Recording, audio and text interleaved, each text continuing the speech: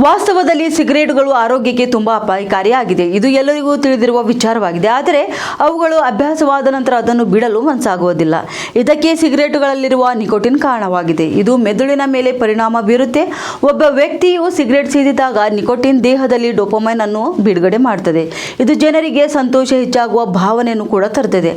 ಅದಕ್ಕಾಗಿಯೇ ಒಬ್ಬ ವ್ಯಕ್ತಿಯು ಸಿಗರೇಟ್ ಸೇದಿದ ನಂತರ ಕೆಲವು ಕ್ಷಣಗಳವರೆಗೆ ಖುಷಿಯಾಗಿ ಒಳ್ಳೆಯ ಅನುಭವ ಪಡೆದುಕೊಂಡ ಖುಷಿಯಲ್ಲಿರುತ್ತಾನೆ. ಆದರೆ ನಿಕೋಟಿನ್ ಪರಿಣಾಮ ಕಡಿಮೆಯಾಗಲು ಪ್ರಾರಂಭಿಸಿದ ತಕ್ಷಣ ವ್ಯಕ್ತಿಯಲ್ಲಿ ಮತ್ತೆ ಚಟಪಟಿಕೆ ಮತ್ತು ಮಾನಸಿಕ ಒತ್ತಡ ಅನುಭವಕ್ಕೆ ಬರುತ್ತದೆ.